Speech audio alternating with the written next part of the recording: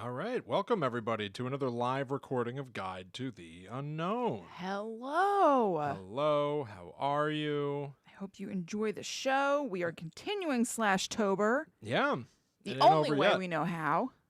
We're just doing it. Just doing it. Yeah, Got to do it for it to happen. Mm-hmm. For it to happen, you got to do it. That's right. What's going on, I heard everybody? that, Will. Trying to take a picture of this tiny pumpkin. What's going on, everybody? How are you all? What are you up to? Oh, wait. It's so far behind us. Wow, it's really far behind us. It's really far behind us. Uh-oh. This is like Scream. I'm committed now. Okay. Yeah. Okay. You're right. We're on 30-second delay. Yeah. We're going to take a couple of seconds just to, get into it. Yeah, absolutely. Share. Make sure that people know that we're even doing this at all. Yep. We would greatly appreciate it if you would do the same. If you would consider writing a post or sharing or something. Please. Oh, hey, JD. Hey. Well, you can't hear us, but hi. Hello. Yeah, and we're going to get started in just a minute or two. Let's see. I'm just sharing. Live. Hey, Michelle. YouTube.com. Aw, thanks, CBFR. I know Buffy's really cute. Aw, it's a very cute dog. I don't feel like writing that much. You don't have to. GTTU pod. You get it.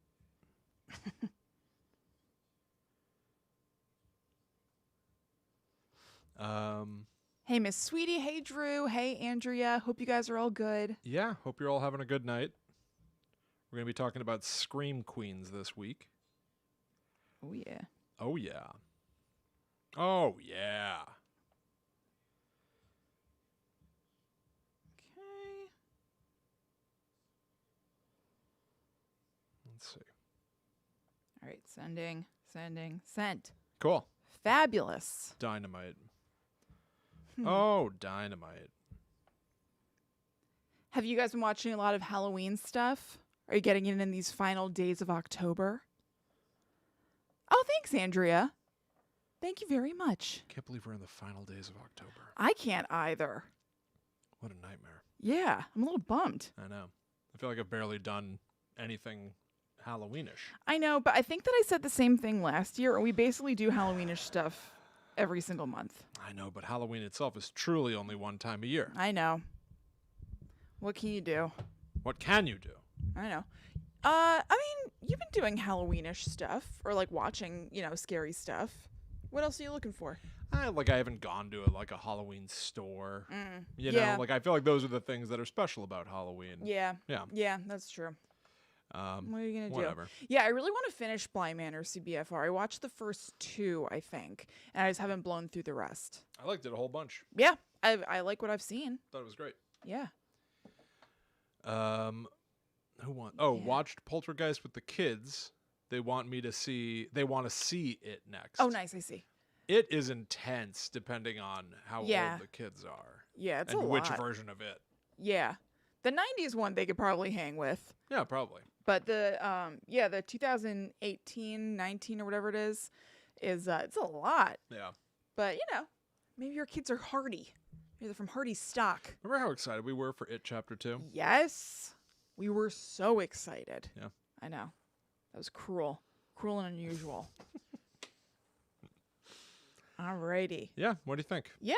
Okay. Let's pump the jam. All right, everybody. Let's make a show. Yeah, that's right. Showtime. Let's Hope make you magic. Enjoy it.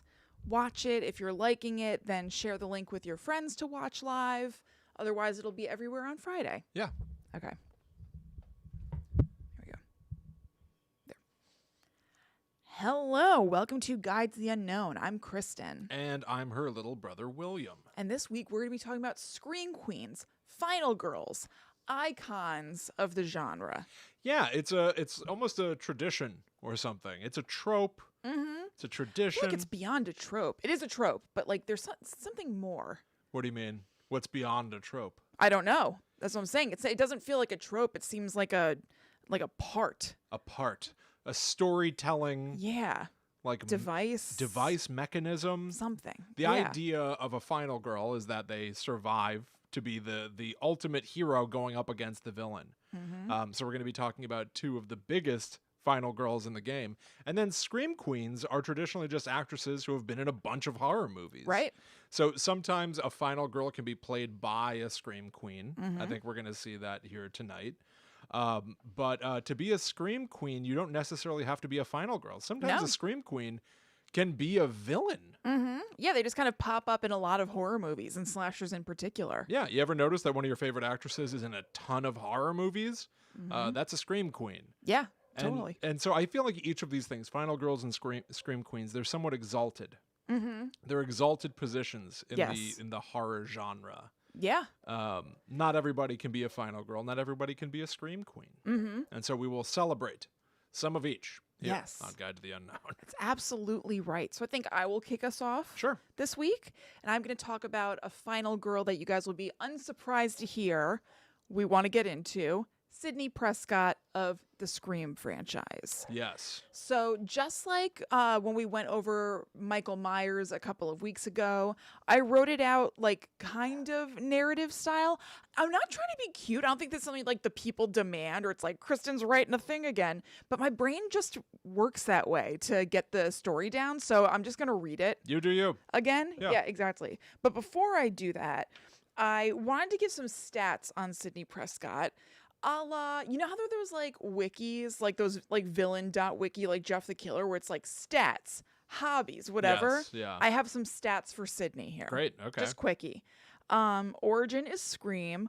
Occupation is student/crisis phone operator/author. Power/skills, wiggling out of smushed cars. Smarts, strength, the goods. Hobby, hanging out with her dog off the leash. Okay. In the true. third one. Yes, Don't love that. Don't love that. Put a leash on your dog. Put a leash on your dog, leash the dog. No one is perfect, so that's one of her hobbies. And I would say spiritual pursuits are another hobby of hers that are unexplored, but I'm so curious in Scream 2, she has in her dorm room like Buddha statues, different places. She references astrology. I want to know what Sydney's off time is like because she seems a little hippy-dippy. Interesting. Okay. I don't know if I've really picked that up in her. We talked about it in like the Scream 2 commentary on Patreon Oh, because okay. I hadn't picked it up until the last time I watched Scream 2. There's just a little something there. All right. Yep. Goals, not getting killed. So that's basically it. Okay, now the story of Sydney from the beginning. Scream 1. We meet her as a teenager who's clearly still reeling from the violent death of her mother when all of a sudden her classmates in the town of Woodsboro start getting killed. It looks like she's going to be next when a ghost-faced masked killer breaks into her house after a weird phone call, but she's able to get away. However, when her boyfriend Billy conveniently shows up right after the killer disappears, cell phone in hand, Sydney is suspicious that the killer was him. All this murder dredges up memories of her mom, and really no one is making it easier on her. People at school are practically celebrating the murders, and bitchy cheerleaders think she's made up her attack. She decides to go to a party at a friend's house because maybe it'll take her mind off things. But trouble and murder follow. People are picked off at the party as well, including her boyfriend Billy. Or was he? It turns out there was never just one killer, it was two, and one of them was her boyfriend. His murder partner, Stu, fake stabbed him to throw Sydney off and allow her to find him non-threatening enough for them to corner and kill her. You see, it was Billy and Stu that killed Sydney's mom a year ago. Billy's mom left after his dad had an affair with Sydney's mom, and he never forgave her or Sydney. But Sid is smart and slippery and manages to dispatch these two dunces, with little help from her friends, local cop Dewey Riley and TV reporter Gail Weathers. So those are the events of the first movie. So Sydney's on the come up as a final girl. It's almost like set up. She is the final girl in the movie. Right. She obviously faces off against the killers, but I think that she becomes she's one of the only final girls to appear as often as she will in a franchise, and without any retconning, without any rewriting or alternate universes or timeline shakearoos. It's all one steady story. Yeah, like if you're looking at this from the perspective of just Sydney's life and just Sydney's story, like not the other people who are killed and all that kind of stuff, this could almost be like a prologue to her final girldom. Yeah. Because she gets only more tough and like world weary, sadder and wiser, and this is how it started off. Yes. So it's, you know, it's real ass kicking when you see the movie, but in the course of writing and reading about her life, it's almost mild. Right, yeah. Okay, so Scream 2 comes. Sydney goes to college. Her life story has become a movie called Stab. She gets prank calls from Ghostface, and she takes it all in stride with a caller ID and a smirk. But that smirk turns into a frown when it turns out that someone is going further than prank calls. There are Ghostface killings happening right on her campus, circling closer and closer to her. As tensions escalate, she allows security guards provided to her to take her and her roommate to a safe location for a little while, declining her boyfriend Derek's offer to accompany her. He's probably not behind this. Probably. But even still, what if he gets hurt? Get hurt he does. Sydney never makes it to her safe location, with Ghostface intercepting her armored car, killing the guards and her roommate. She runs back to campus to try to find help, perhaps from Dewey or Gail, who've come to the college for support, Dewey, and to cover the story, Gail. But what she finds is her boyfriend hung up on the theater stage. And Ghostface. She finds Ghostface. I don't know if I was writing that, like, and Ghostface. She finds Ghostface. Or if I just wrote the sentence twice by accident. I don't know. Who unmasks himself to reveal that it's her friend Mickey, who manipulates her into briefly thinking her boyfriend Derek was his accomplice before shooting him. But a face from her past is revealed as Mickey's partner, Billy's mother. It turns out that she wanted revenge on Sydney for killing her son, and she was able to find Mickey in a chat room for people who were homicide curious and groom him into being her partner and getting close to Sydney. Sydney once again kicks total ass, using the setting of the theater, props and all, to kill the killers and get away, just a little more weary and tough as frickin' nails. Yeah, this is now Sydney is developing into a constant badass. Totally. And she knows what needs to be done. Like in the first movie, and obviously spoilers for all 4 of these, in case that wasn't clear. Sure. But in the every first movie we mention, we're going to spoil. Yes. Yeah. In the first movie, like, you know, she thinks that she's killed Billy, and then he pops up for like a final scare, and Gail has to shoot him and put him down. So now she knows that that's going to be a thing. Like, they basically have dispatched Debbie Salt, but she shoots around into her forehead just in case. Yeah. Because now she knows that's how these things roll. She's like, just in case. And she throws the gun off to the side and is like, all right, what comes next is the cops come. Yeah. I guess I'll go outside to meet them. I kind of know the ropes with this by now. She sort of is above the rules at this point. Like, the final shot of the movie is her walking away, and it's a big, you know, helicopter shot where she's just sort of like walking past all the chaos. Right. And it's almost as if she doesn't even need to check in with the police. It's just like, that's true. You're right. She doesn't even, she's outside the law. Yeah. It's like vigilante justice or something, and she has excelled beyond the need for any of it. She hands off, not that like in the first one she's like going to the press, but like she hands the press right off to Cotton Weary. Yep. It's like totally irrelevant to her, basically. I'm done. I didn't even mention Cotton Weary, but he's a character who had been dating her mom, and they thought that he had killed her mom, and then obviously because Billy and Stu had done it, they find out that he hadn't, and so he's kind of like looking for some press in the second movie, so he's there. Another fame-chasing suspect. Yeah, exactly. So yeah, she's just like, yeah, talk to him. He's the one you want. He's the hero in all of this. Like, she's just not interested at all. Yeah. They don't even, you know what? I guess they don't even really talk about her reaction to the Stab movies. No. Do we ever hear what she thinks about that? Like, we know in the first one, she jokes about like, oh, no, it's not her who jokes about it. It's, wait, is it?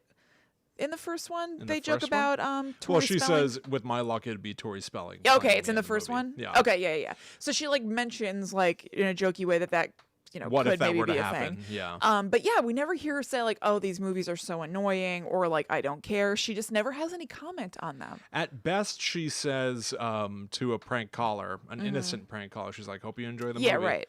Where she's aware of their presence, but she doesn't seem to let it factor into her life. No, in either way, it doesn't seem like which wouldn't be true to her character seemingly. Doesn't seem like she enjoys or likes that they're out there, but it also doesn't seem like it's like dragging her down at all. She sort of accepts that that's what people are going to do. They're going Right. to make something of her story, but she's not really going to let it get to her. Right. She's not super interested in it. So yeah, you're starting to see a little progression. Like it's not crescendoing just yet. I don't know if it ever crescendos exactly. Yeah. Because from here on out, it's pretty much just her being a badass continually. True. But this is kind of the first time where she's like, ugh, boom. This is how it goes. I'm out of here. Yeah. Like also, not obviously she's thrown, but at least in the moment, not like crying, freaking out kind of thrown. Obviously she has some trauma that kicks in later, that we kind of see in Scream 3. But in the moment, she's just like, I just have to take care of business. Like this is happening. I got to do it.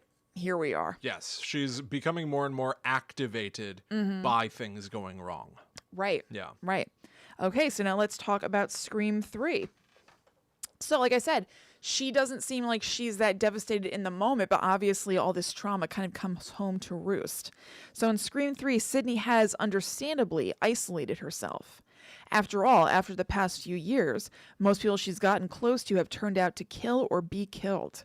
She's a crisis hotline operator living in a nice house with a dog, working under an assumed name, and just kind of doing her thing, and living with the ghosts of her past. Until again, damn it, Ghostface killings start up again, this time seemingly using the script to the new Stab movie as guidance. Ghostface calls Sydney and eventually she's drawn to Hollywood, as has been Gail as a consultant to the police and Dewey, who's working as an advisor on the movie. There's slicing, there's dicing, and Sydney finds out that her mother had actually worked in Hollywood before she met Sydney's father and had been caught up in some casting couch type situations and parties. Where, it turns out, she had a baby, who turned out to be the killer in this movie. You see, Roman Bridger, is it Bridger? Bridger. Okay, good. Roman Bridger, the director of Stab 3, tells Sydney in his Bond villain speech that he wanted to meet their mother 4 years ago, but that she rejected him and said that she had a new life now. He was furious, and after stalking her and seeing how she stepped out on Sydney's dad, he contacted Billy Loomis, showed him the footage of Maureen with his dad, and kicked off the bloody events of Scream 1 and, by extension, Scream 2.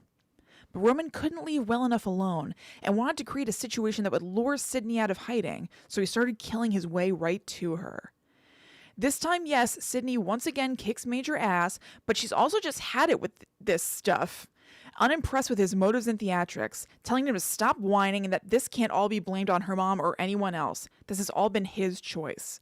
She's totally badass and awesome. She kills him in self-defense and holds his hand as he dies. He is her brother, after all. It's true. It is true. I just realized I left out her romance with Detective Kincaid. Oh, whatever. I decided to pass over that, just subconsciously. It wasn't a on-purpose decision, but that also happens. Sydney and the detective, McDreamy, fall in love. Yeah, this is interesting when viewed as, like, what does it mean for a final girl here, or for a Scream Queen? Because this is where Sydney now is on the set of Stab 3. So the Sydney Prescott character within the Scream movies has become something of a final girl legacy in that universe. And her mother turns out to have been in horror movies back in the day. And Rena Reynolds. Rena Reynolds, that's her stage name, but she was a Scream Queen herself. Right. She was in Amazombies. And I don't know, I guess it ties Sydney Prescott even closer to the legacy of Final Girls and Scream Queens. Yeah. Each, which that is weird. true. I didn't think about her mom being a Scream Queen. I forgot that she was in a bunch of like goofy horror movies, and that's like what they find out. Yeah. That's right. Yeah, just like trashy like 60s horror type stuff, I guess. Yeah, totally. But then like Sydney Prescott becoming a character in movies within the movie Scream is also kind of layered and odd. Yeah. But she still ends up just like rising to the challenge that's presented to her and kind of taking no quarter. There's no compromise when it comes... Taking no quarter? Yeah, that's what does that mean? That's a term. That means like not compromising. Okay. But so, she doesn't really care about, it doesn't even matter to her anymore what someone's motive might be. Right. She's just like, oh my God, I've had it. Yes. Like, whatever is happening, just do it. I'm sick of hearing your Bond speech. Like, let's just get on with it, you big baby. Yeah, she's not even trying to get away anymore, and she's just going to kill him. Yeah. She's just going for it. She's like, you're trying to kill me. I'm trying to kill you. I'm going to kill you. This is the way this dance goes. Yeah. I've done it before. I don't really care what fractured your psyche and made this happen. You will be the 5th person I have killed. Yeah. Yeah. That's right. Although I guess Cotton killed Mrs. Loomis. Cotton kills. Oh, yeah. And Yeah, she shot Mrs. Loomis, but she was already dead. Right. Yeah. Yeah. Yeah, so that's true. So I guess 4 then, right? She also, One, Mickey, two, she and 3, Gail both shot him together. 4. But I guess that I counts. think that counts. That counts. So I think that counts as 1. She's definitively killed 4 people by the end of Scream 3. Yeah. Yeah. Man, what a life. I know. It's true. Holy moly. Hell. She's really been through it. Yeah. This babe. Hell of a life. Yeah. Woo. Well, you know what? A hell of a life demands a hell of a memoir. 11 years later, in Scream 4, Sydney has written a book about all of her experiences and comes to Woodsboro to promote it. Wouldn't you know? Murder has come home to roost as well. No. Yes.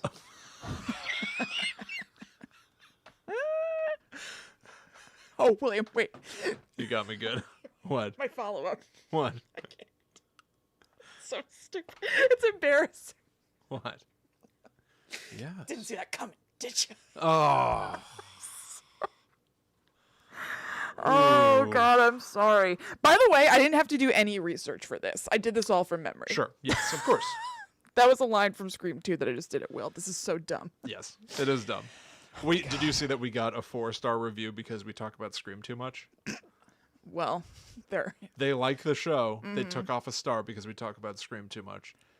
The I can't imagine impact this is going to help. the impact of any negativity, I've been sitting here thinking like, oh no, what if we do and people don't want to hear? But I think that this is the legacy of a kind of horror trope or, again, mechanism character type. I think it's important. I think that Sidney Prescott is really the only Scream Queen final girl left standing that hasn't been marred by continuity problems and stuff. Yeah, I mean, I really hadn't thought about it, but I think that's true. It's think not it's like true. she ducked out for a few movies or was supposed to have died and they find a way to bring her back, like anything like that. She just is there through all of them. It's essentially a rarity that there are, at present, at recording, there are 4 Scream movies. She is one of the central characters of all 4. She survives all 4. Yeah. She overcomes in all 4. And her psychological evolution and emotional change through all 4 is definably, it's trackable. Yeah. Oh, It- yeah. It makes a logical sense within Right. those universes that I personally find important. Yeah. Yeah. I do too. I mean, obviously. Yeah.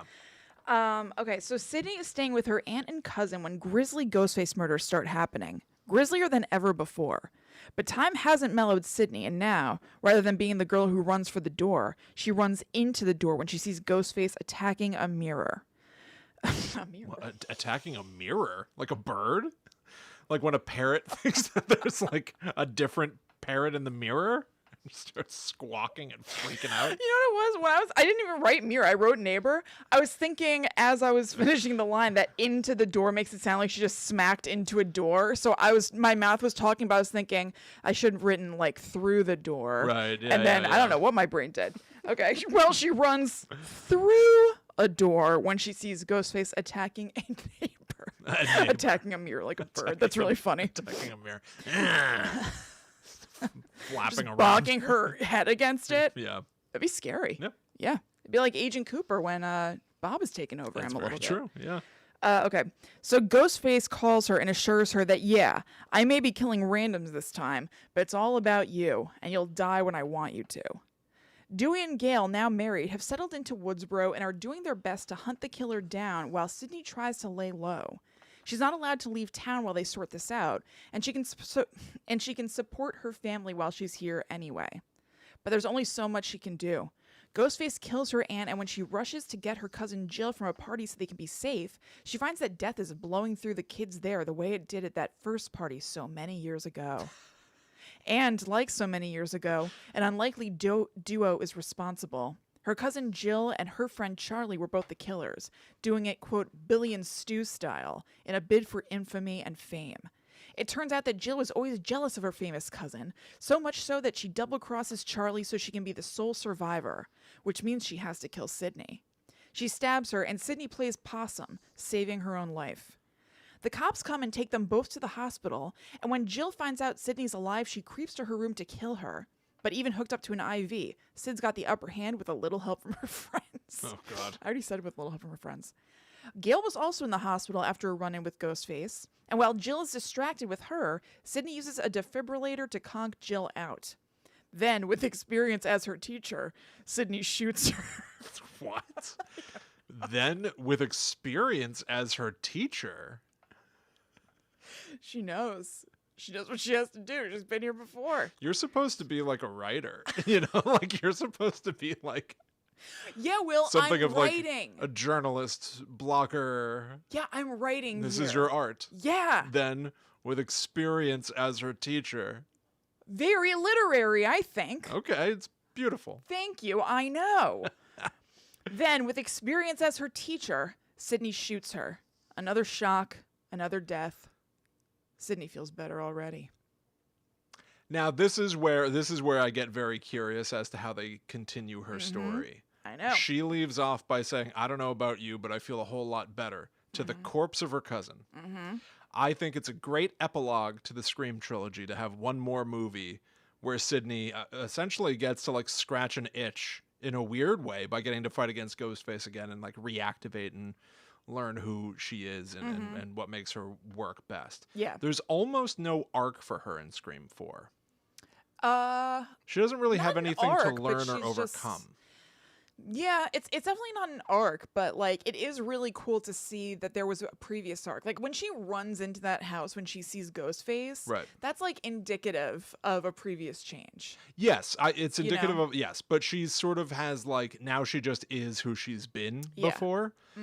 And her saying, I don't know about you, but I feel a whole lot better to a dead body is very dark in a way that I personally like, but I'm very curious because they're filming Scream 5 right now. Yeah. I think that Nev Campbell's due to start filming like in the next week or something like that. I've seen the tweets. Yeah. I'm just really curious to see where she goes because the Sidney Prescott story is not done. No, certainly Evidently. not. Yeah. No.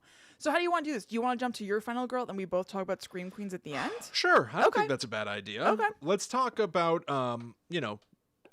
Sidney Prescott is to me the sort of like, even though it's been 4 movies in over 20 years, she still is like the modern Scream, modern final girl to me, where we get to see like the psychology of what's happened to her in the aftermath of these things.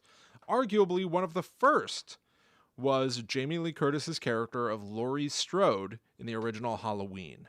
Now, we've talked about the origin of slasher as a subgenre and Halloween's place in establishing the slasher model.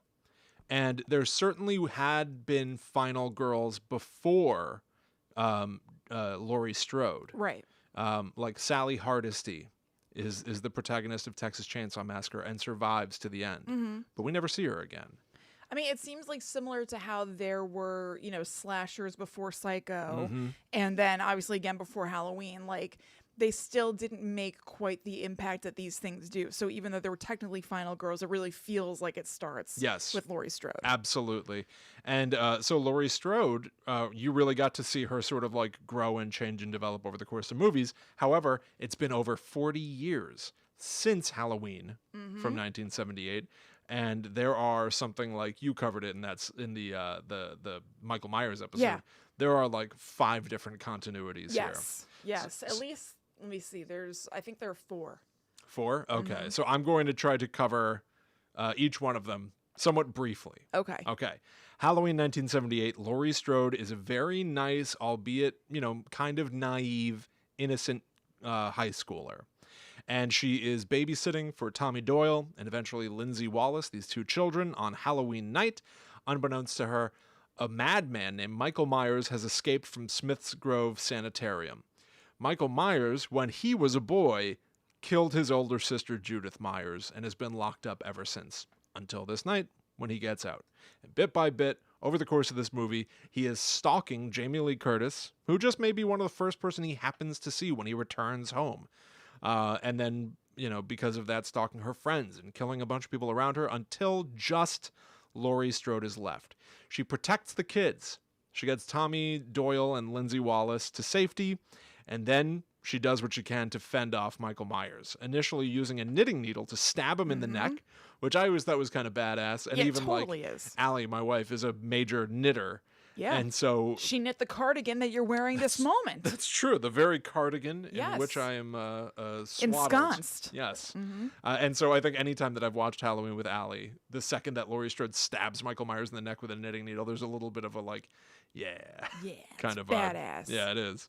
So she manages to not only stab him with the knitting needle, but also eventually stab him in the stomach with his own butcher knife. And she thinks it's all over, even though Michael Myers isn't done yet. And she's saved at the 0 hour by Michael Myers' old psychologist, Dr. Loomis, who plugs Michael with 6 bullets, knocking him out a window. Plugs him good. But unfortunately, they're all... Michael Myers gets away again in the end. That's Halloween. To her, in this moment, he is the boogeyman. She does not know who he is, where he came from, what he wanted. He's just a monster that appeared and killed all of her friends. And he's real. Let's jump to Halloween 2, which came out shortly thereafter and is the first of many movies that will retcon the past. We pick up immediately after the end of Halloween. Laurie Strode is taken to Haddonfield Memorial Hospital. Michael Myers stalks his way there, seemingly to get her. While she's in the hospital, she has a drug-induced vision. She hallucinates, or she dreams, or she remembers that she was adopted. Yeah. Laurie Strode was adopted by the Strodes. She remembers going to visit a boy, her older brother. Oh my God. I'm Michael Myers. I'm his other sister. He killed his older sister, Judith, when he was a boy. Now he's coming to kill me, his other sister. By the end of the movie, Laurie Strode will face off against Michael in the hospital again. She takes a gun and kapow, kapow. Plugs him twice in the face. Whew. And both bullets go perfectly into his eyes. And then the wounds in his eyeballs cry red blood tears down the mask. Yes. But he's not done yet. However, Dr. Loomis again comes in at the 0 hour and blows himself up. Sets him on fire. And Laurie Strode escapes. So Michael Myers appears to die in a fiery blast. Does he survive? Who can say? What we do know is that Laurie Strode stands triumphant, having defeated her brother. Right. Okay. Once again. The next 4 movies get away from this story entirely. Halloween 3 has nothing to do with the Michael Myers or Laurie Strode story. Easter egg, Jamie Lee Curtis does the voiceover in a hospital, making her one of the few original cast members to be in this disconnected sequel, which is kind of fun. Then Halloween 4 through 6 get back to the Michael Myers story, but they deal with Laurie Strode in an interesting way. There is no Jamie Lee Curtis here. Instead, we are following the daughter of Laurie Strode, Jamie Lloyd. So this communicates that sometime after Halloween 2, Jamie Lee Curtis met somebody whose last name was Lloyd. Right. They maybe got married, I'm not sure, but at least had a kid. Right. Jamie. Michael Myers survived that fiery blast. So did Dr. Loomis. They're fine. And now he's coming to get Jamie. They play a little bit with the notion in Halloween 4 that maybe whatever evil is possessing Michael Myers is jumping into Jamie Lloyd. Maybe she will be the next killer. They back off of that. You know what I just thought of that kind of connects to the Psycho books? We're going to be on a podcast. We'll tell you about it on social media and everything, but there's a podcast called Books in the Freezer that William and I recorded an episode for this week, talking about all of the Psycho books. And it reminds me of how, in spoiler for the Psycho books, like some people think that the spirit of Norman Bates jumps into people. What if this plays by the same rules and some bit of spirit has jumped into Loomis, making him impervious to the flame the same way that Michael Myers is? Sure. What if? What if? Imagine the possibilities. Go on. They are many. Yeah. So Halloween 4 through 6 are really disconnected. They mostly follow the daughter of Laurie Strode. Laurie Strode is not here because she is said to have died in a car accident. All right. Sidebar, the protagonist of Halloween 6 is another family member of Laurie Strode's. Yep. Except that it is her cousin, Kara Strode.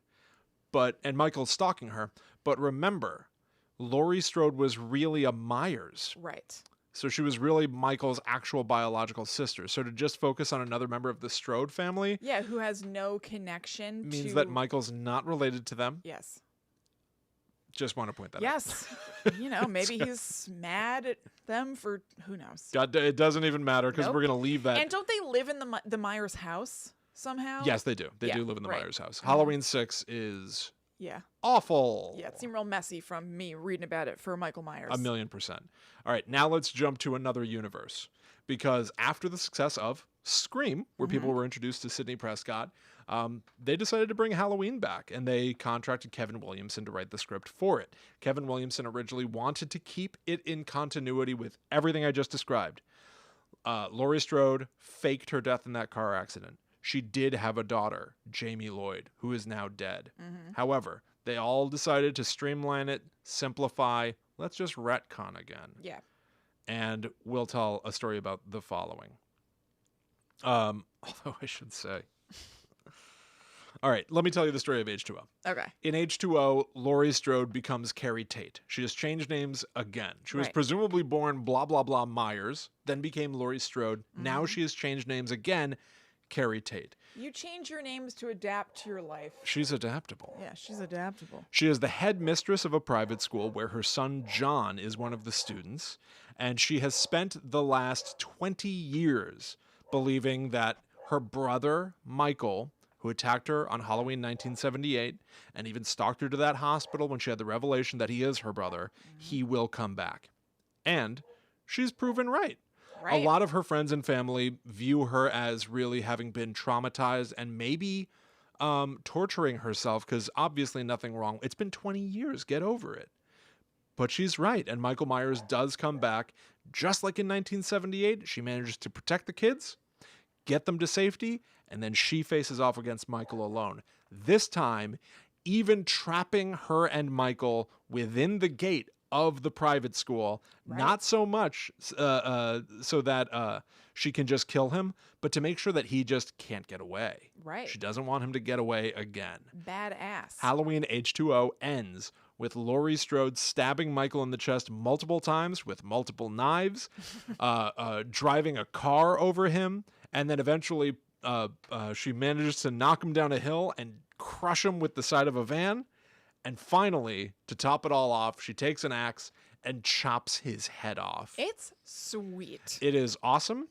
It is the kind of thing that, Scream is not a supernatural franchise. Halloween is, because we get the vibe that Michael Myers is unstoppable. Some of the bad sequels try to explain why he's unstoppable, but even ignoring that reasoning, he's unstoppable. No matter what you do, he will get back up. So for Laurie Strode to go hard, I'm going to get him this way, this way, this way, this way, and this way, and I'm going to chop his head off.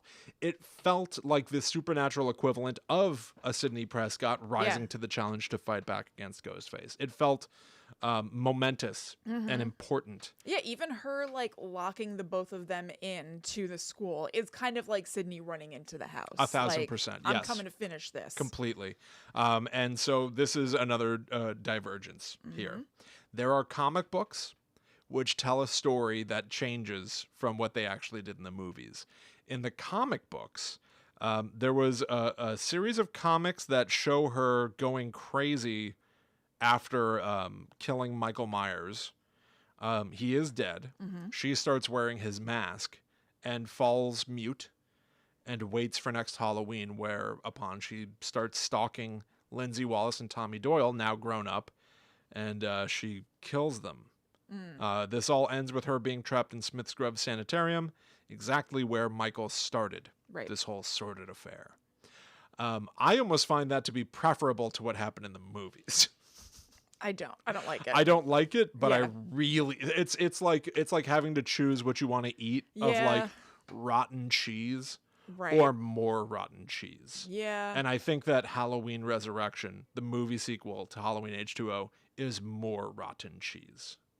It's bad. Yeah, it is. At least it's blessedly short what happens with her in that. That's true. That's You know? true. Yes, it is short. At the beginning of Halloween Resurrection, it's the only scene that Laurie Strode has. Since she chopped off Michael Myers' head at the end of Halloween H2O, a most triumphant ending.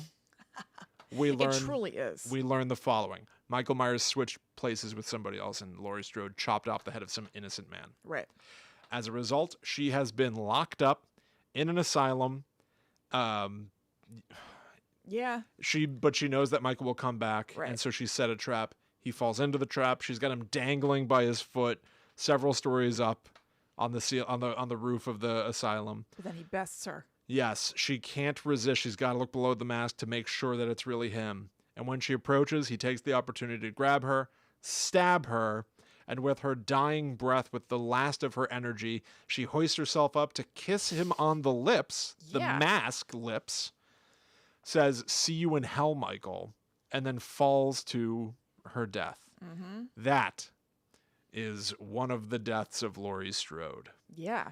A crappy one. Jamie Lee Curtis has gone on record to say that she considers that movie to be a joke. Mm-hmm. She had no choice but to do it. She was contracted to do it. She had to do it. I believe she even requested that they kill her. Everybody agreed Halloween Yeah. H2O was the proper ending for Laurie Strode. Totally. Defeating Michael Myers. Yes. Not going crazy and becoming, tortured and then, being killed by him. Nah. It A was disservice. a It would feel like disservice. more of a disservice if that movie was any good. It's Yeah. easier to just kind of like write it off. Yes, And be like, that sucked. Halloween Resurrection is horrible. Yes, but yeah. so it's technically disservice, but it's also just so bad you can just kind of throw it out. Completely agree. Along that track, the two Rob Zombie movies, where now Laurie Strode is played by Scout Taylor Compton. A lot of the Rob Zombie movies shows Michael Myers' life as a kid. They have baby Laurie in those scenes, arguably tightening up the idea that she was his younger sister, solidifying that concept. However, the Rob Zombie movies are violently unpleasant to me. Yes. Scout Taylor Compton plays Laurie Strode. She didn't really have a choice, I guess. It's Rob Zombie dialogue. She's a lot more sort of like vile and jokey and sarcastic and like does gross things with a bagel on her finger. Just like not what Laurie Strode was like at all. Yeah. A lot of this is not what anybody was like, so it's not super surprising. No. There's not like a recognizable human being No. to be found. But in the end of that movie, she ends up similar to the first Halloween, although with one change, she's not reliant on Dr. Loomis to come in and save the day. She ends up shooting Michael Myers point blank in the head with a gun, thereby killing him. Okay. So when we see her now in Halloween 2, she is tortured, but because it's a Rob Zombie movie, she's actually kind of like a goth punk rock, Yeah. rockabilly, hillbilly, hellbilly. Uh-huh. Hellbilly is a thing, right? Yeah. She's like a hellbilly Think. punk rocker that works in a record store. Uh-huh. And she's going crazy, and she discovers that she is her real identity of Michael Myers' little sister, Angel Myers. Uh-huh. And then, depending on which version you watched, she either kills Michael and then puts on his giant, disgusting mask and finds herself eventually being locked up in an asylum where she does the Norman Bates That's what face we down, saw, eyes right? up evil ending. That's the theatrical Yeah, ending. yeah. The director's cut is she tries to kill Dr. Loomis, Okay. and the police shoot her down. Oh, okay. Either way, not a happy ending for Laurie Strode in this incarnation. No. And then the most recent incarnation is Halloween 11, where we're retconning again, but this time we're going further back than they've ever gone before. Forget every sequel. Laurie and Michael are not even brother and sister. Right. So all she knows is her friends were killed in 1978, and she has spent the last 40 years certain that Michael Myers will get out of jail, get out of the asylum, and come right back to kill her. She's gone so far as to outfit her house in the middle of nowhere with deadbolts and metal shutters that can drop over every doorway with the push of a button. Yeah. Spring-loaded bars that will turn the basement of her house into a jail cell. racks upon racks of guns, frightening mannequins in the backyard that she uses for target practice. Her entire family is very disturbed by her behavior, and she has alienated herself from not only her family, but all of society. And then Michael Myers does get out, and just like she predicted, he's killing people. But not like she predicted, he doesn't seem to actually care about her. Regardless, he ends up at her house, and just like the end of Halloween 2, he's lit She on lights him fire. on fire. Yeah, he's just lit on fire, and she leaves. And the entire building is lit on fire. Like the whole compound and house is ablaze. It all goes up. So But he's going to be back. he'll be back. She'll be back. Halloween Kills. Yeah. We'll see Laurie Strode continue. Will she still be the final girl at the end of that, I wonder? Will she make it to the third already announced movie of this new Yes. trilogy, Halloween Ends? Yes, she will. Time will tell. Don't you think? I don't know. I could see her being like the Obi-Wan Kenobi figure that gets like killed here, and then somebody's got to continue. I could see that, but it doesn't seem super likely to me. I don't know. I know that Lindsay Wallace and Tommy Davis. Nope. Tommy Doyle. Tommy Davis is in Scientology. He's like one of the bigwigs. Okay. Tommy Doyle are going to be in it because Kyle Richards of The Real Housewives played Lindsay Wallace. Right. And she had to have bangs in this season because she had to have bangs in Halloween Kills. Okay. And Anthony Michael Hall is coming to be Tommy Doyle. Oh, yeah, that's right. I forgot that. Yep. Anthony But because we Michael made the Hall leaves words- a bad taste in my mouth. I don't disagree. Because we've made the world smaller by saying that only the events of Halloween 1978 happened, there's only a handful of performers or characters that can even come back. Yeah. So I guess that boy she babysat 40 years ago is central to what's happening now. It'd be weird. I don't think this is the deal. It'd be weird if that's the next generation of Halloween. Like they're setting up for us to now follow Kyle Richards and Anthony Michael Hall. That would be bizarre. I know that's not what's happening. I hope but she has to it'd be- babysit them. I hope that Laurie Strode is babysitting like 50-year-old Anthony Michael Hall. That I would watch. Tommy, go down the street to the Mackenzies. Just listen to me. Do as I say. Do as I say. Yelling that at Anthony Michael Hall. I am so stoked for those movies. I can't help myself. I wish they It hadn't doesn't gotten moved. matter. Can you It imagine? doesn't matter if it's good or not. You know, in the original Halloween, where those bullies approach Tommy Doyle and they're like, "Do you even know what happens on Halloween?" Yeah, I and he hate goes, that part. "Yeah, we get candy." Yeah, I hate that. It makes me so sad. I hope that Anthony Michael Hall has the same line. Don't you know what happens on Halloween? We get candy. My parents are in Florida and I'm home alone. Wiggle, wiggle, Tommy wiggle. Doyle's day out. He's gonna get all the candy. There's an episode of The Haunting of, not the reboot of The Haunting of, but the original run of it from like the earlier mid 2000s or like aughts or whatever, where it is psychic medium Kim Russo with Anthony Michael Hall. And she is like, you know, so basically the premise of the show is that they would take a celebrity who had been on Celebrity Ghost Stories and then take whatever ghost story they told on that show and go to the location of that story with a psychic medium who can like feel out the energy and see whatever. So they did that with Anthony Michael Hall, and she started talking and asking questions, and he started getting really defensive and pissed and walked off set and had to like cool down Oh my and God. be brought on. And he is such a jerk to her. I had no feelings about him either way before that. I was like, okay, I know he exists, fine, whatever. But he was so obnoxious. I would say give it a goog. Interesting. The clips are out there for the finding.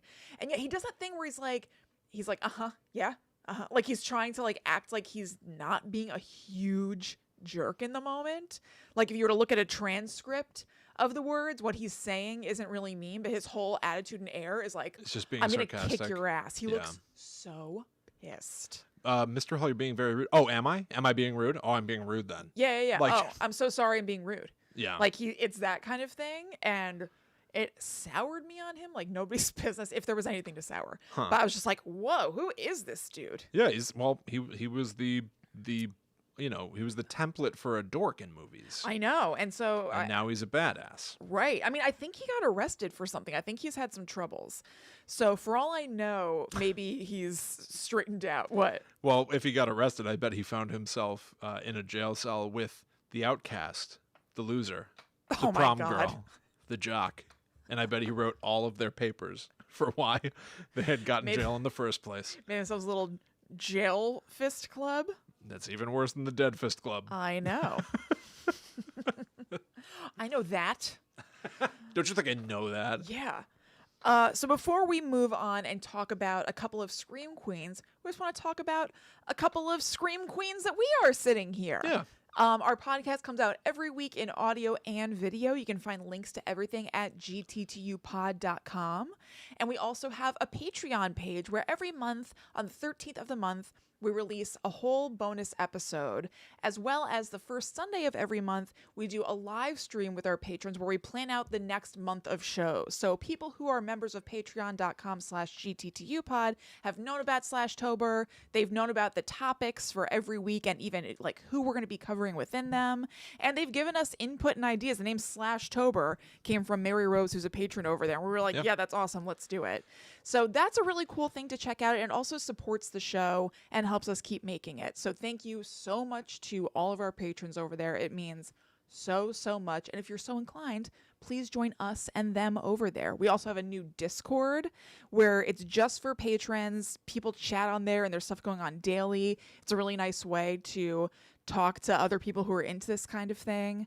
And yeah, Will, did I miss anything? Yeah. One thing that I want to shout out. Yeah, you did. Well, yeah, I was No, going I to know, it's say, just if funny. you want to, if you are enjoying this show right now, please consider sharing it with other people. Mm-hmm. One of the best ways for this show to grow is just because folks who listen to it say to their friends or write a post or a tweet or something going, hey, I listened to this podcast and I had a good time with it.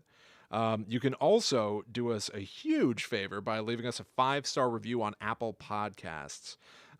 As of recording right now, we've got 517 reviews. We've got a 4.7 out of 5. That's awesome. Thank you. Which is really nice. Yeah. And it's full of new reviews like this one from Clarky84. Best ever. I love my pods, and this one I wait to hear for when I can 100% listen and laugh my buns off. So thank you, Clarky. He knew his audience. Yes. We love the buns. Yeah, we also got this one. Can I read a negative one? Is it going to worm its way into my psyche? No, I'll leave it alone. But the point was they were like, it's not scary at all. Oh, Which well, it's not. No. But still, we got dinged. Yeah. Because we're not scary people. We're celebratory, like, comedy people that just enjoy horror. Yeah, we just like horror. They just like this stuff. Yeah, what can you do? What Well, can you do? thank you so much, everybody who leaves those reviews. It really makes a big difference. Yes. And if you haven't done it yet, please do it. Thank you so much. And go to gttupod.com and you can find links all over the place to not just like see what we do, but find ways to hang out with your fellow listeners. There's the Patreon Discord. There's a Facebook group. It's all really awesome. So thank you so much for being here and being part of the ecosystem. Thank you. Thank you. Okay, so let's briefly touch on some Scream Queens. Yes. I kind of just have like a conversational jump off. So do I. Perfect. Okay, I'm going to let's talk about Jessica Roth from Happy Death Day and Happy Death Day to You. Yes. So these are the only 2 horror movies she's done so far. Okay. But I think she's a fantastic presence in them, and I hope she does more. The 3rd movie is in the works, and they're doing something kind of interesting with it. So it's not in the works so far as there's like plans and a release date and all that kind of stuff. But because Blumhouse has been doing a lot of direct-to-video stuff recently, and Blumhouse is the production company that makes a ton of horror movies that you know about, as well as Happy Death Day and the 2nd movie, Jason Blum, who is the owner-creator of it, said that Happy Death Day is intended to be a trilogy, and he sees premium video on demand as being the best way to make a 3rd movie happening. And he said it's like a perfect PVOD movie. So the model for this, which is something that the movie Freaky is doing that's coming out in a little while. Also directed by Christopher Landon and written by Christopher Landon. He says it's in the same universe as Happy Death Day. Oh. I don't know if Okay. that means that they pay off. That can easily be the sort of thing that the totally. original creator has in their head that isn't necessarily manifested on screen, but It makes sense. I mean, both concepts are that kind of works for me. Yeah. You know, it's like kind of supernatural sci-fi-ish, you playful. would say. Yes. Yeah. Playful, tropey comedy Yes. concept with slasher elements. I think Freaky looks really good. Yeah, I think it looks like a lot of fun. Yeah, I'm excited to see it. So that's a movie that's coming out soon that has a Freaky Friday kind of situation where it's like Vince Vaughn is a serial killer, and then there's a teenage girl who somehow they like body swap. So now there's a teenage girl who's trying to like kill a bunch of people, and then there's Vince Vaughn who's like hanging out with her friends who's convinced them that he is, you know, herself or whatever, and they're trying to fight. I think it looks great. I think it looks very fun, very amusing. I like these movies that quite are amusing. I'm going to use a term that I don't necessarily agree with what it means. They don't take themselves seriously. Yeah. They do in as much as the filmmakers, the cast, the crew believe in what they're doing and are making it right.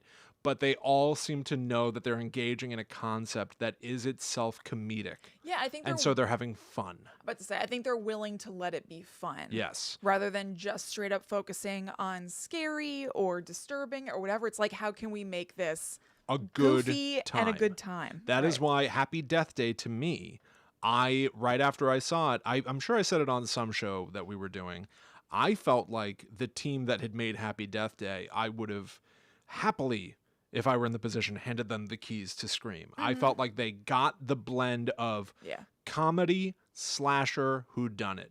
They're very specific ingredients that Scream uses, and Happy Death Day has them. And I think that Jessica Roth, who plays the lead character of Tree Gelbman, is amazing in those movies. I think that she is an absolutely incredible performer. She totally is. She's fun. She's funny. She's tough. So that I like is that she's not always likable. By the end, she's kind of turned. Yes. But she's not a typical final girl, even though she is technically kind of a final girl in this movie, in that she's not pure in any way. Like, she's kind of an a-hole to people for a lot of the movie. She's definitely not virginal, a big part of the reset button of this movie. So this movie has basically like a Groundhog's Day sort of play that's going on where this girl keeps waking up in the same day where she's going to be killed. And she's waking up like after a night out where she got like super wasted and went home with this dude. They didn't sleep together, so the virginal thing I just said isn't that. But that's just not her vibe. Right. That she's like an innocent girl who somehow has to find some sort of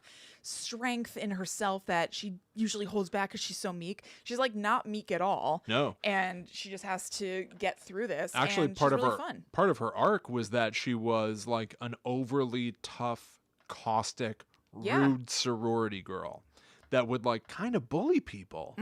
And she needs to learn over the course of this movie that that's the wrong way to be. Yeah. And that by softening out, that's sort of how she's going to escape from this time loop and from this killer. She has to be intelligent and emotionally intelligent as well. She has to like face her own bad personality instincts, which is a big part of what Groundhog's Day is about as well. Like, you're a horrible person when you're stuck in this loop of seeing the cause and effect of what you do and the effect you have on people. Doesn't looking in the mirror that way make you want to change. Yeah. And I think there's a lot of unexpected heart in Happy Death Day, along with really clever horror filmmaking. Totally. I mean, it kind of runs the gamut in a way because it is like goofy and knowingly not unique, which isn't really a problem. But also, I either teared up or cried. I can't remember. Really? Yeah, when she's like talking to her mom at one point when she meets her at like a restaurant, that really got me. And a big part of it was her performance. Oh, that's very interesting. Yeah, I don't think it ever brought me there, but I definitely acknowledged in Jessica Roth's performance like vulnerability and really being able to walk a line that like Sidney Prescott doesn't have to be funny. Right. You know, Laurie Strode doesn't have to be funny. Yeah, so to do all those things and kick total ass, like to go into that mode where you're just like Laurie Strode, like Sidney Prescott, be like, okay, this is what's happening. I have to accept it. There's a killer who's going to keep trying to kill me. Yeah. And so I just need to go after him first. Yes. To go into that while also being kind of a sorority girl nightmare, kind of goofy, kind of vulnerable. That's like a lot of different characters in one. A million and she pulls it off and is so compelling and fun to watch. And makes I love it her. look effortless. Yes, even it though just you seems know like it who she wasn't. is. Yeah, it's great. I really enjoy like Happy Death Day as a concept for a movie. I remember people making fun of endlessly and being like Groundhog's Day but a slasher. Like, okay, what a ripoff. Come on. Like, I heard tons of it. I think that I was always game for the concept. It didn't bother Me too. I always thought the trailer looked really good. But no matter what, I think the movie works primarily because of her. I do too. Yeah. So like maybe she is a modern Scream Queen in that sense. I really do hope that they get to make that third one for sure, because It sounds like they are. after Happy Death Day 2U came out, it was looking bleak. Yeah, Happy Death Day to You is not good. Talk about the ingredients of slasher, comedy, horror, whodunit. Like the ingredients are in it, but in the wrong ratios. It is not a slasher anymore at all. It's kind of just a sci-fi movie. It's a sci-fi comedy. Yeah. And it's just not what It's not what I was expecting. It's not at what all. anyone signed up for with the first one. Right. I saw it once in theaters, Me and too. I still acknowledged like Jessica Roth as doing like the heavy lifting here. But like I really hope if and when they make that third one, I hope that they do have a concept that gets it back more to the Happy Death Day 1 sort of template. Yeah. I hope so too. All right, William, you're Scream Queen. Yeah, so from the modern era to a historical figure.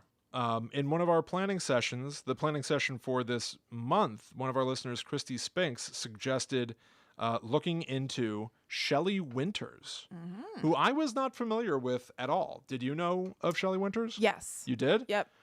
I didn't know that she had any sort of Scream Queen roots, but I knew Shelley Winters. It's funny, in doing my research, I didn't find a lot of people exalting her or hailing her as a Scream Queen, but it is fully undeniable when you look at her track record.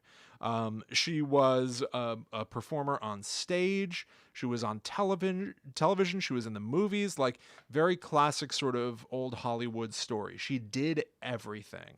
However, she was also a major figure in a little known, little observed subgenre of horror, not necessarily slasher, but a subgenre that is referred to by multiple names: Psycho Biddy, Grande Dame Gunal, Hag-sploitation. I haven't heard that. Hag-sploitation I love. It's kind of a wacky, kind of it insulting. It is, but it's kind of, it seems like the genre is leaning into the things that you would make fun of older women for. So it seems appropriate and in a loving way. Yes. Yeah, I agree with that. And hag horror. The idea literally being older women are scary. Yeah. That is the central concept of this subgenre. Incorrect? Perhaps. But you could even say that Ma with I was about to say that. Have you seen Ma? I have not seen it. I really, really want to see it. I think that was a Blumhouse movie. It is. It was Octavia Spencer playing the titular Ma, who is inserting herself into the lives of these kids. And the threat is that she's an older woman that it's kind of inappropriate for her to be around them at all. Right. So a lot of these movies, the one that really is credited with kicking it all off is Whatever Happened to Baby Jane, which is literally about a former child actress, now grown up and all the roles have dried up, trying to get back into the old role. And so it involves her dressing up like a kid, acting like a kid, and losing her sort of sense of identity and becoming a threat for that reason. It's the only thing that's important to her is being seen as youthful and vital, and whoever gets in her way of that, she will make short work of. Wikipedia describes it as the Hagsploitation movies conventionally feature a formerly glamorous older woman who has become mentally unbalanced and terrorizes those around her. So here are some of the movies that Shelley Winters was in, and I've just got some of the brief sort of concept of some of these movies. There is What's the Matter with Helen? Another characteristic I really like about this subgenre is the names of these movies. It's always Are there a lot of question marks? A lot of question marks, a lot of phraseology. So this is What's the Matter with Helen? This stars Debbie Reynolds and Shelley Winters. They are the mothers of two guys that were given life sentences for murder. And they start to kind of go nuts. So in the crowd, I guess there's a crowd around these two guys being put in jail and everything. In the car, Helen reveals that someone in the crowd, Helen is Shelley Winters, Helen reveals that someone in the crowd cut the palm of her left hand. Soon at home and tending to her wound, Helen receives an anonymous phone call from a man. I'm the one that cut you. I wanted to see you bleed. The caller threatens to make the mothers pay for the sins of their sons. Helen and Adele, played by Debbie Reynolds, change their names, leave Iowa, and head to Hollywood, where they open a dance academy for little girls who want to be the next Shirley Temple.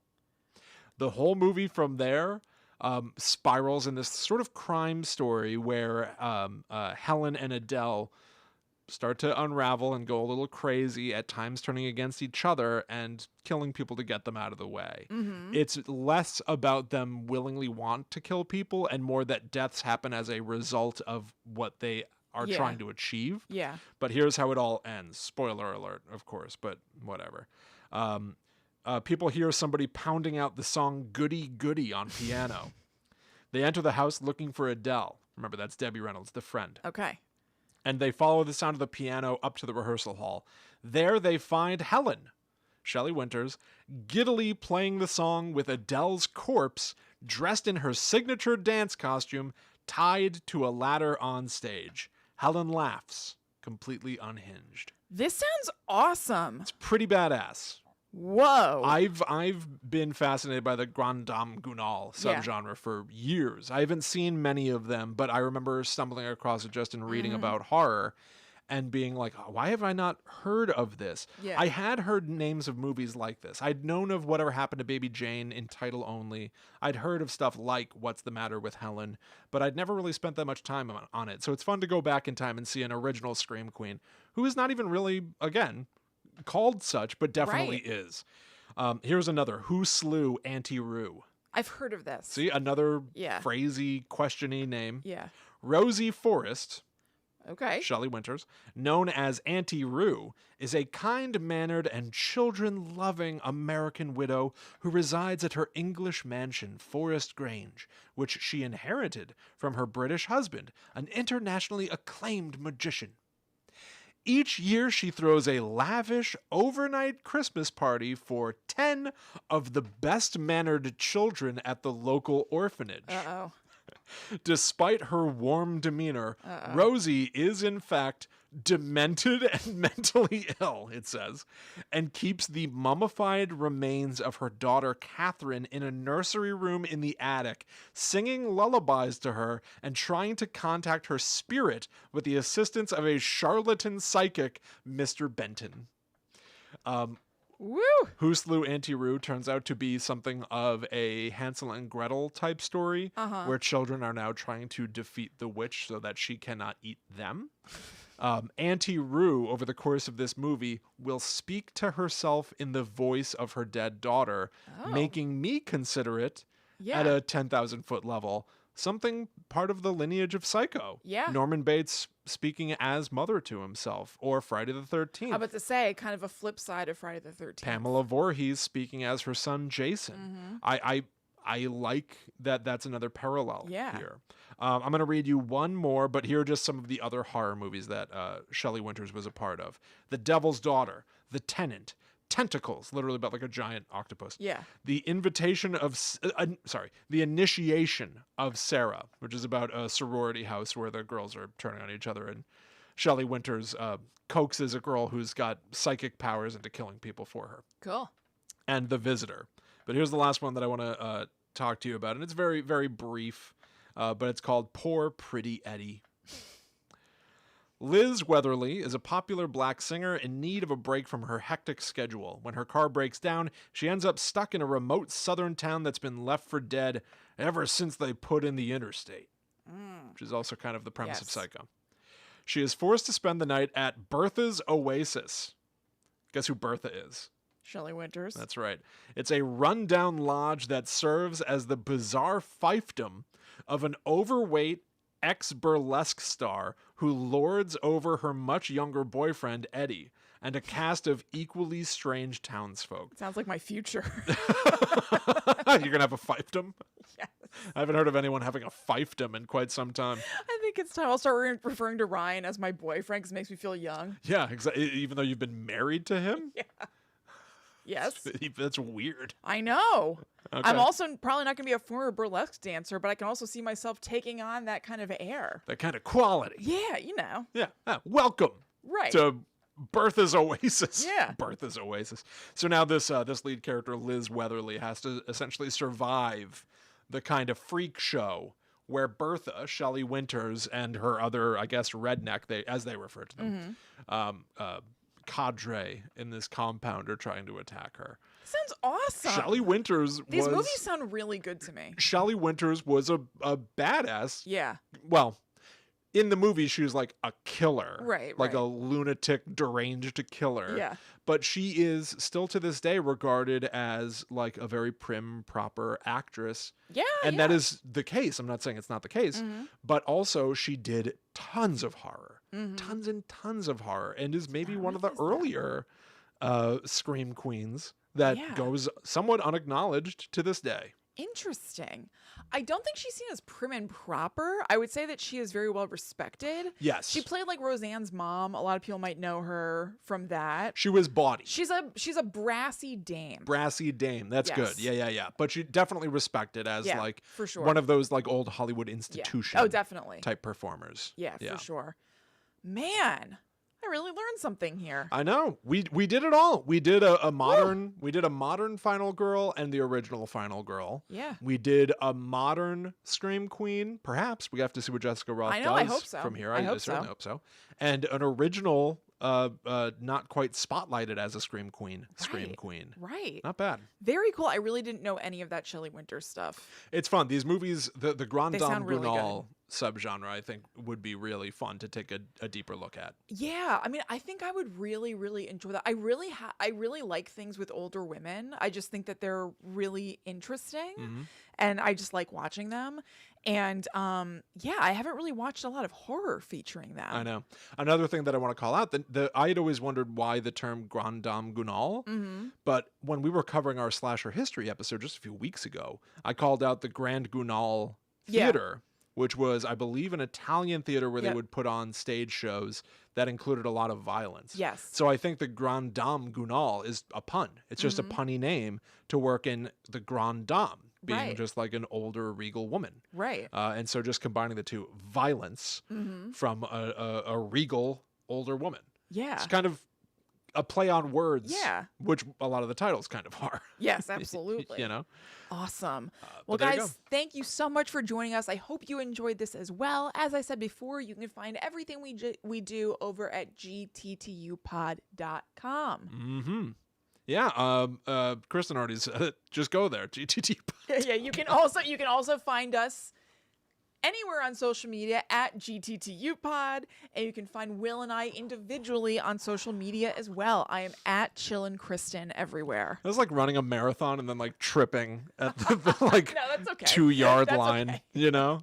No, I just, we usually like got all the way to the end. We usually tit-tatted. No, you're right. You're right. I just fell over. I don't know. Who cares? I'm at the Myth Traveler. Yeah. So thank you all so much for hanging out with us. We'll be back again next week, I think, for the final. Yes, the final entry in Slashtober. Whew. But until that time comes, we must travel. Back to the netherworld go we. The final week of Slashies. Final, I know. And I think it comes out on Mischief Night. It does. I wonder if there's any joy to be wrung from that. Hanky. Ew, I don't think so if it's a hanky. We did cover Mischief Night in the past. I know we did. I'm not saying we have to cover Mischief Night. Yeah. But I wonder if there's any tricks or treats. Yeah, any tricks or treats. We could play. Yeah. What's going on, everybody? Hey guys. Hello. There are not video versions of Ghost Adventures, but look at my face now. Picture me laughing. You know what it looks like when I laugh over pushing a penny. There's technically video versions. They just haven't been released. Yeah. I have video of all of them. Yeah. We haven't figured out what to do about that. No, I'm just teasing everyone that they do exist. You just can't see them. Yeah, right. Oh, God. But thank you, Andrea, for wanting to see that. KB says the next episode drops on her birthday. That's cool. Happy birthday in advance. Happy birthday in advance. That's awesome. Christy Spink says, oh no, another week and a half of horror game stream. Only another week and a half of horror game streams. Oh, are people playing a lot of horror game streams right now and it's just like a Halloween thing and then it's going to drop off? Why should they stop? Why would people stop doing this stuff? Just because Halloween's over. It's so fun. I know, because everybody seems to love it. You know? So, like, just keep doing it. I guess for some people, maybe it's too much of a good thing. Yeah. You know? Yeah. I don't know. I guess so. Cool. Oh, it's Michelle's birthday next Friday, too. Oh, You and KB are birthday twins. That's bonky. Amazing. Cool. Happy birthday to you, Michelle. That's right. I was going to go 7 days, but next Friday is 9 days. Yes. Yeah, it's a little too far away. 7 days. I saw somebody here at some point say something about Karen Black being a Scream Queen, who is awesome. And I wanted to mention, I think the comment's pushed up now, so I can't see it. But I wanted to mention, just in case you don't know, the way I didn't know, one of the movies that she's in, Burnt Offerings, is a book. I did not know that. So maybe check that out. Was Karen Black in Black Christmas? I don't think so. No? What's Karen Black from? Google her name and then do an image search and you'll recognize her. She was in a lot of she's definitely a Scream Queen. She was in a lot of horror movies in probably mostly the 70s, maybe 60s, 70s. Okay. She just passed away a couple of years ago. She's very cool. Karen Black. Let's see. She was in 5 Easy Pieces, Trilogy of Terror, Easy Rider, Airport 1975. Hit the image tab. House of and see 1,000 if you recognize Corpses. No, not really. No? Oh, okay. Yeah, I have to say, I haven't seen... I've definitely seen Burnt Offerings. I know I've seen something else, but I haven't seen a whole lot of her movies, but I know that she's a horror institution. No, I'm not super familiar. Yeah. Gotta say. Trilogy of Terror, I'm familiar with. Yeah, the doll I'm familiar with, but no, I'm not familiar with Karen Black. Yeah. Emmy asks, do we play Among Us? That's a very popular game right now. I have not played it, though. Neither have I. Yeah, I don't know. I play Animal Crossing. Have you played the Halloween update at all? Yes, I have. I hadn't played for a while, and then yesterday I planted a bunch of pumpkins. Cool. So I actually got to go home and see if they've risen yet, because I know that Leaf says that they sprout quickly. Okay. So I'm hoping that means the next day. Then we better get out of here. We better go. All right, everybody. Thank you so much for hanging out with us. Hope you had a good time. Yeah. Thank you. And yeah, I'm sure we'll talk to you real soon. Yeah. All right. All right, guys. Have a good night. Bye, everyone. Bye.